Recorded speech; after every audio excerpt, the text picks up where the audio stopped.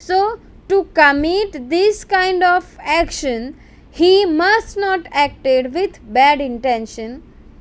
The measures, the action, and the action which he has performed all must be lawful. So, if person prove that all these ingredients are been established, then he can be relieved from the punishment and he can grant the benefit under section 80. Next point is the cases where absence of mens rea are presumed. They are discussed under section 81 to section 86 and further section 92 to section 94 prescribes the incidents where law presumes that there is the absence of mens rea.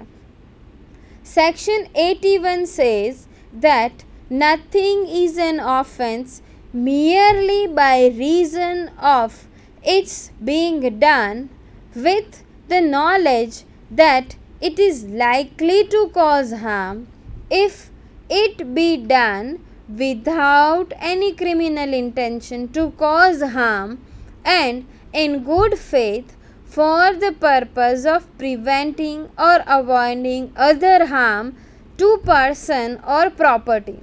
Dear friend, this section 81 and 80, they are similar kind of sections in a way that 80 discusses about accident whereby something suddenly happened, and in case of 81 deliberate action is prevented.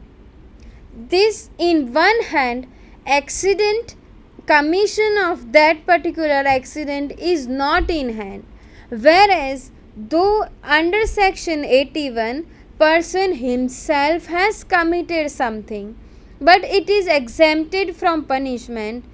In both these sections the common ingredient is absence of criminal intention. The second thing is the action or the prohibited action was committed to prevent the big harm. For example, if fire has occurred in a residential society, to prevent this fire from spreading out, if one pulls down the between houses, he is not committing any offense because there is absence of criminal intention. How one can prove that criminal intention is absent? The first point, if you take consideration section 80, if fire is occurred by accident, anything which is done during that accident is exempted. If you take to consider section 81, to avoid the big harm of fire, person is pulling down the in between houses so that spreading of fire can be stopped. So this pulling down of in between house is exempted because the action was committed to prevent the big harm. To stop that big harm, small action is committed which is prohibited under law. The intention was not bad, so it is excluded from this particular punishment. Dear friend, as per 80 and 81, absence of mens rea is there, so they are excusable under this head of general exception. Further, section 82 prescribes act of child under 7 years of age is not punishable, and 84 says that act of a person of unsound mind is not punishable under IPC. This particular 82 whereby child is prohibited or child is considered as person having no criminal intention, this particular age group from 0 to 7 year is known as Dolly Capex.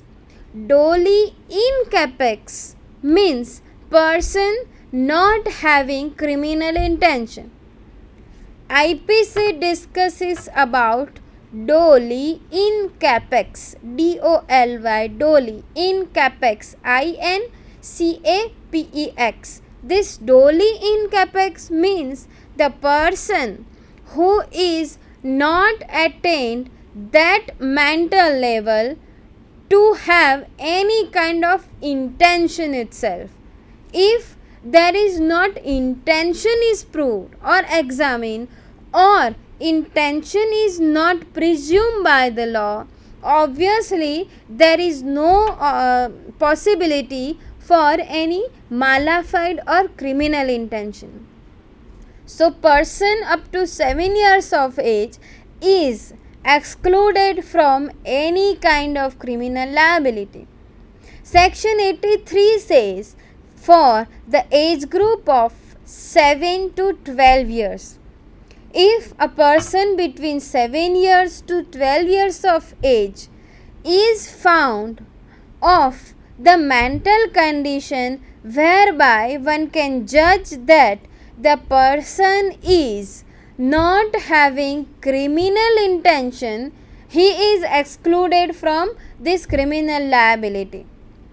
If person or a child has not attained the maturity level, whether to understand the consequences of his action or to know the intention whether it is bad or not, then that person is also excluded from criminal liability.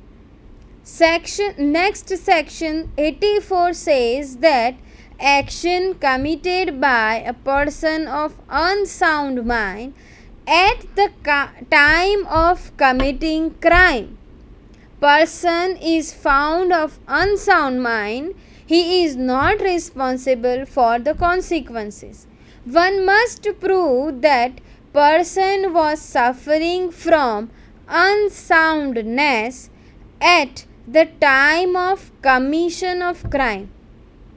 Unsoundness was present before commission of crime or after commission of crime, person is guilty. The section 84 says that act of a person of unsound mind must be proved at the time of commission of crime, not before, not after. Person must found to be of unsound mind at the time of commission of crime. This unsoundness may be permanent, may not be permanent. Schizophrenia is the mental disease whereby person suffers from unsoundness for happening of some particular incident or for a limited period of time. As soon as he is under the impression of his disease, he becomes a person of unsound mind. As soon as that particular incident is shifted from his mind, he is normal like you and me. This kind of temporary unsoundness, if is proved at the time of commission of crime, he is excused from the punishment. So unsoundness must be proved at the commission of crime, because law says that if person is of unsound mind, he must not has acquired the intention. If intention is absent, there is no possibility of malafide intention. Dear friend, this particular at this juncture of mistake of fact, after discussing Dolly in Capex, after discussing accident, necessity and any action committed by unsoundness of mind, we have completed half of the bunch of general exceptions. During this session, we are going to discuss all general exceptions. Till this point, it is considered that person is acted prohibited action, which is known also as actus reus. But as mens rea is not mixed with that actus reus, offense is not committed. This is also considered or granted in case of accident, in case of necessity, in case of an action committed by a child, in case of a person who has acted under unsoundness of mind, and if person has acted who is bound by law and due to mistake of fact. Person has acted under the justification of law because of mistake of law. If mistake of law is granted, one must prove that that mistake of law is with good faith under justification of law. Till this point, either mens rea was absent or actus reus was absent, and this mixture is not fulfilled, person is not responsible. In case of, for example, necessity or under section 81, whereby person is put under the danger of his life, then what? Will he think of law? Will he think of mistake of fact? Or whether he will think first, is there any criminal intention present in my mind? Let me think first whether I want to behave with criminal intention or not. If there is a danger on his life, and to save one's life, his life, if there is necessity to commit any offense, it is excused under the law. But the person must acted without criminal intention. Section 81 says that anything which is committed under the necessity to save one's life, if criminal intention is absent at the time of commission of crime, under the provision of 81, person can grant the exception. An English case is very useful to understand section 81. It differs from 80, that is accident. In case of Dudley and Stephens, this Dudley, Stephens and Parker, these three were sailing on a huge boat, whereby Dudley and Stephens were sailmen who were the captain of this ship. They were sailing on a high sea, whereby due to bad weather they have to take shelter on a small boat, and due to the bad weather and sea storm their ship was crashed, and they took shelter on a boat whereby they were traveling on that shipwreck up to 18 days, and they consumed food in a manner of a small fish before 7 days. They were thirsty and hungry from 7 days, and this was the 18th day of that accident, and they were not able to see any land. They may be far from land, probably thousands of miles away from land. On 18th day, Dudley and Stephen discussed that if the boat is drifting in this manner on the water of sea, we may get help, we may not get help. If we will not get help, we will die by starvation. We have not eaten food, we have not drink sufficient water since last 7 days, and if we will not get any help, we will die in this water. So I have an idea. This proposal was put by Dudley to Stephens. Dudley put a proposal to kill Parker. Parker was the child of 14 to 12 years of age.